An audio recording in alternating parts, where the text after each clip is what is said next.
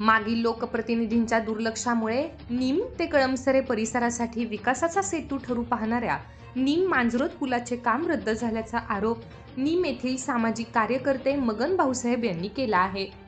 नीम व परिसरातील ग्रामस्थांच्या आग्रहाखातर तत्कालीन पालकमंत्री गुलाबराव देवकर यांच्या दूरदृष्टीमुळे नीम मांजरोत पुलाची मुहूर्तमेढ रोवली गेली होती. त्यानंतर माजी आमदार साहेबराव पाटील यांच्या पाठपुराव्यामुळे धरणास 82 कोटी खर्चाची तरतूद करण्यात आली होती. मात्र त्यानंतर लोकप्रतिनिधी बदलल्याने काम थंड बस्त्यात पडले. शिरीष चौधरी आणि अनिल पाटील यांनी ह्या पुलाच्या कामाकडे दुर्लक्ष केल्याने काम रखडले आणि पुलासाठी असलेली तरतूदच रद्द करण्यात आली. मात्र बाजूच्या तालुक्यातील लोकप्रतिनिधींनी तापी पाटबंधारे विभागामार्फत निधी खर्चून खेडी भोकरी पुलाचे काम करून घेतले. यावरून स्थानिक प्रश्नाविषयी आजी माजी आमदारांच्या मनात अनास्था दिसून येते.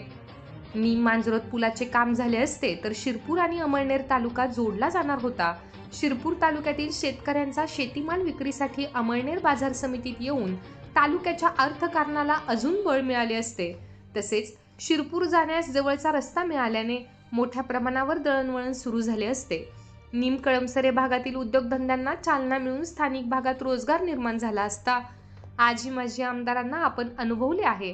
मात्र यावेळी डॉक्टर अनिल शिंदे यांना निवडून दिल्यास या पुलासह अनेक स्थानिक प्रश्न मार्गी लागणार असे मगन भाऊसाहेब यांनी सांगितले असून त्यांनाच भरघोस मतांनी विजयी करा असे आवाहन त्यांनी केले आहे. अमळनेर विधानसभा मतदारसंघातील अपक्ष उमेदवार शिरीष चौधरी यांची प्रचारादरम्यान पारोळा तालुक्यातील जामदे ते बोलाने येथे घोड्यावरून उत्स्फूर्तपणे मिरवणूक काढली. वाजत गाजत संपूर्ण गावात जणू मोठा उत्सव साजरा केला. यावेळी गावातील माता भगिनींनी ओवाळून शिरीषदादांना आशीर्वाद दिले. संपूर्ण 42 गावांमध्ये शिरीष चौधरी यांना प्रचंड प्रतिसाद मिळत आहे.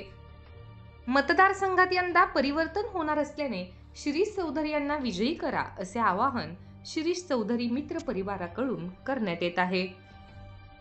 अमळनेर विधानसभा मतदारसंघातील जनतेच्या प्रत्येक समस्याची जाण डॉक्टर अनिल शिंदे यांना असून त्या सर्व समस्या वर मार्ग काढायचा असेल तर त्यांना विधानसभेत पाठवणे गरजेचे आहे असे नम्र आवाहन राष्ट्रवादी काँग्रेस पार्टी शरदचंद्र पवार ग्रंथालय विभाग प्रदेशाध्यक्ष उमेश पाटील यांनी केले आहे.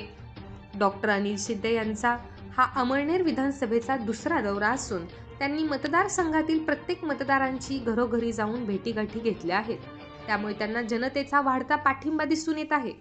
गेल्या काही दिवसांपूर्वी एका पत्रकार परिषदेत शरदचंद्र पवार यांनी मंत्री अनिल पाटील हे पुन्हा निवडून येणार नाही त्याची आम्ही काळजी घेऊ असे मत व्यक्त केले होते. म्हणून आमच्या पक्षाचे ज्येष्ठ नेते शरदचंद्र पवार यांचा शब्द आम्हाला खरा करण्यासाठी सर्व राष्ट्रवादी काँग्रेस पक्षाचे कार्यकर्ते प्रचंड मेहनत घेत आहेत. राष्ट्रवादी काँग्रेस पक्षाचे, शरदचंद्रजी पवार गटाचे तसेच शिवसेना उभाठा काँग्रेस पक्ष व शरदचंद्र पवार यांना मानणारा अमळनेर विधानसभा मतदारसंघात मोठा मतदार वर्ग आहे. म्हणून महाविकास आघाडीचे अधिकृत उमेदवार डॉक्टर अनिल शिंदे यांचा विजय निश्चित मानला जात आहे. आगामी विधानसभा निवडणुकीच्या पार्श्वभूमीवर राज्य उत्पादन शुल्क विभागातर्फे अमळनेर तालुक्यात गावांमध्ये छापे टाकून अवैध दारू विक्रेत्यांवर कारवाई केली. त्यामुळे अवैध मद्य विक्री करणाऱ्यांचे धाबे चांगलेच दणाणले आहेत. जळगाव जिल्हा उत्पादन शुल्क अधिकारी डॉक्टर VT भूटन यांच्या मार्गदर्शनाने नांदेड, टाकरखेडा, गांधली, अंमळगाव, मांडळ या ठिकाणी छापे टाकून गावठी दारू तसेच देशी विदेशी दारू अवैधरित्या विक्री करणाऱ्यांवर कार्यवाही करण्यात आली आहे.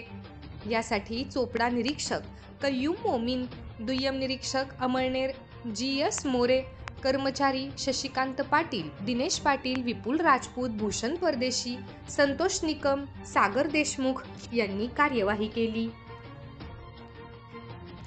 अमळनेर विधानसभा मतदारसंघात EVMचे दुसरे यादृच्छिकीकरण निवडणूक निर्णय अधिकारी यांच्या दालनात 10 रोजी दुपारी 1 वाजता निवडणूक निरीक्षक डॉक्टर रणजित कुमार सिन्हा यांच्या उपस्थितीत करण्यात येणार असल्याची माहिती उपविभागीय अधिकारी नितीन मुंडावरे यांनी दिली.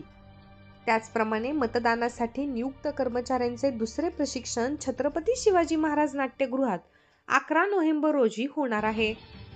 याचवेळी 15 अमळनेर विधानसभा मतदारसंघातील नियुक्त महिला कर्मचारी व इतर बाहेरील विधानसभा मतदारसंघातील नियुक्त कर्मचाऱ्यांसाठी मतदान सुविधा केंद्र तयार करण्यात येणार असून त्यांना त्यांचे मतदान करता येणार आहे. ज्या कर्मचाऱ्यांचे मतदान बाकी राहील अशा कर्मचाऱ्यांना 19 रोजी तिसरे प्रशिक्षण व मतदान साहित्य वखार महामंडळाच्या गोदाम क्रमांक 6 मध्ये सुविधा केंद्राद्वारे मतदानाची सुविधा उपलब्ध करून देण्यात आली आहे. या ठिकाणी उमेदवार आपले मतदान प्रतिनिधी कर्मचारी नियुक्त करू शकतात.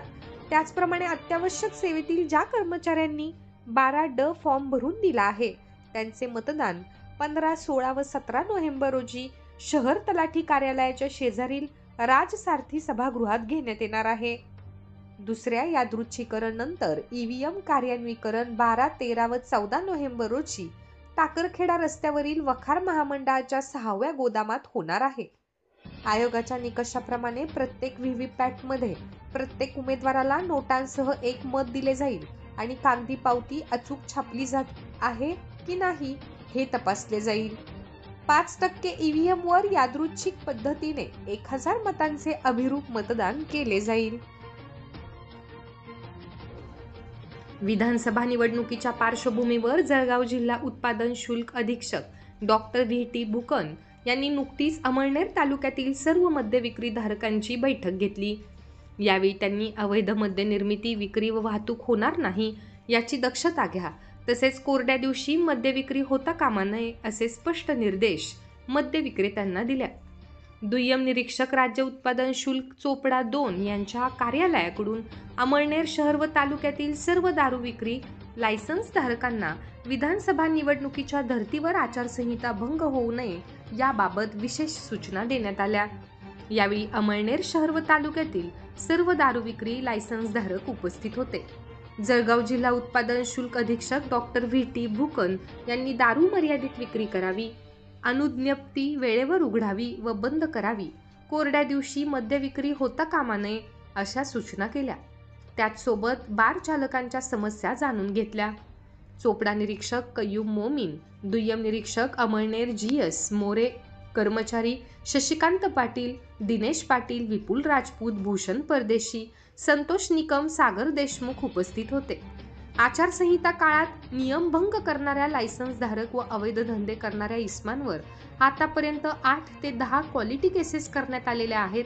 तरी सर्व मद्य विक्री धारकांना कडक निर्देश करीत आपण नियमांचे पालन करून मद्य विक्री करावी, अन्यथा कडक कारवाई होईल अशा सूचना दिल्या. यावेळी अमळनेर तालुक्यातील सर्व मद्य विक्री धारक उपस्थित होते. माजी आमदार शिरीषदादा चौधरी यांनी पत्रकार परिषद घेऊन मंत्री अनिल पाटील यांच्यावर केलेले सर्व आरोप राष्ट्रवादी काँग्रेसचे तालुकाध्यक्ष भागवत पाटील यांनी फेटाळले.